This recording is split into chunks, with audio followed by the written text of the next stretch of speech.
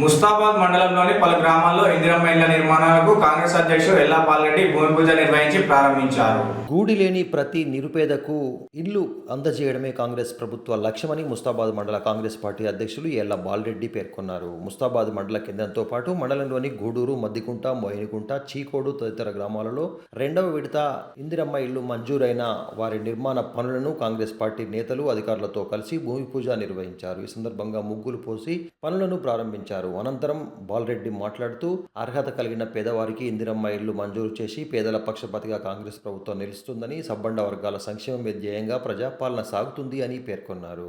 6 గ్యారంటీలలో భాగంగా ప్రజలకు ఇచ్చిన ప్రతి హామీని నెరవేరుస్తూ కాంగ్రెస్ ప్రభుత్వం ముఖ్యమంత్రి రేవంత్ రెడ్డి ఆధ్వర్యంలో ముందుకు వెళ్తుంది అని సందర్భంగా తెలుపుతూ రెండవ విడత ఇందిరమ్మ ఇండ్లు మంజూరు చేసి పనులు ప్రారంభించామని ఈ సందర్భంగా పేర్కొన్నారు. అనంతరం లబ్ధిదారులు స్థానిక నేతలకు కృతజ్ఞతలు తెలియజేశారు. కార్యక్రమంలో పోతుగల్ వ్యవసాయ మార్కెట్ కమిటీ చైర్మన్ తలారి రాణి నరసింహులు, పట్టణ అధ్యక్షులు గజ్జల రాజు, జిల్లా కార్యదర్శి పెద్దిగారి శ్రీనివాస్, బీసీసీఎల్ మండల అధ్యక్షులు శీల ప్రశాంత్ తో పాటు సోషల్ మీడియా కన్వీనర్ యదునూరి భానుచందర్, మాజీ సర్పంచ్ ఓరుగంట తిరుపతి, గూడూరు గ్రామశాఖ అధ్యక్షులు చాకలి బాబు, మద్దికుంట గ్రామశాఖ అధ్యక్షులు కొండయ్యతో పాటు బండి లక్ష్మీపతి, ఉచ్చిడి బాలరెడ్డి, మామిండ్ల ఆంజనేయులు కార్యకర్తలు ఉన్నారు.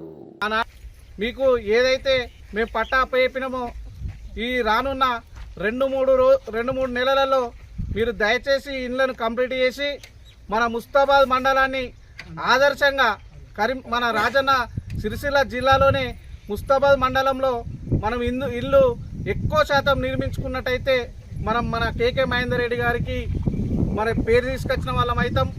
ఖచ్చితంగా రేవంత్ రెడ్డి గారు ఖచ్చితంగా ఏ విధంగా పని అయితే ముస్తాబాద్ మండలంలోని గూడూరు, తెల్లుమద్ది, చీకోడ్, చిప్పలపల్లి, మద్దికుంట, మోయిన్కుంట, ముస్తాబాద్ మండల కేంద్రంతో పాటుగా ఈరోజు ఇందిరమ్మ ఇళ్ళ మార్కౌట్ కార్యక్రమానికి శ్రీకారం చుట్టాం.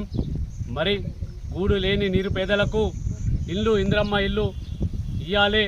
గూడు, నీడ, కూడుతో పాటుగా ఈ మూడింటి బడుగు బలహీన పేద ప్రజల కోసం సంక్షేమ పథకాలు ప్రజాపాలనలో భాగంగా మరి రేవంత్ రెడ్డి గారి ఆధ్వర్యంలో అందించడం జరుగుతూ ఉంది.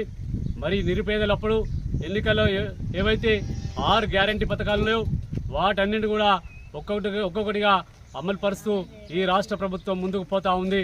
ఇవాళ ఎన్నికల్లో గెలవగా ఖచ్చితంగా విద్యుత్ అందించినటువంటి గొప్ప ప్రభుత్వం కాంగ్రెస్ ప్రభుత్వం. మరి గత ఎన్నికల్లో కూడా మరి పేద ప్రజలు ఎవరైతున్నారో 200 యూనిట్ల వారి లోపల విద్యుత్ కాల్చుకున్న వాళ్లకు మరి ఉచితంగా విద్యుత్ అందిస్తామనేటువంటి మాట ఇచ్చి మడమ తిప్పకుండా ఇలా కాంగ్రెస్ ప్రభుత్వం, రేవంత్ రెడ్డి గారు ప్రభుత్వం ఈ విధంగా అనేకమైనటువంటి సంక్షేమ పథకాలు, ఒకరికో అభివృద్ధి పథకాలు తీసుకుపోతున్నటువంటి ప్రభుత్వం ఈ కాంగ్రెస్ ప్రభుత్వం అని చెప్పి తెలియజేస్తున్నాం. ఇలా బీఆర్ఎస్ పార్టీ 8 లక్షల కోట్ల రూపాయల అప్పులోకి తీసుకుపోయినప్పటికీ ఆ అప్పుల వడ్డీల భారాన్ని భరిస్తూ ఓ దిక్కు ఉద్యోగస్తులకు జీతాలు ఇస్తూ ఓ దిక్కు అభివృద్ధి పథకాలు తీసుకుంటూ సంక్షేమ పథకాలను ముందుకు తీసుకున్నటువంటి కార్యక్రమాన్ని తీసుకుంటుంది. బీజేపీ పార్టీ కానీ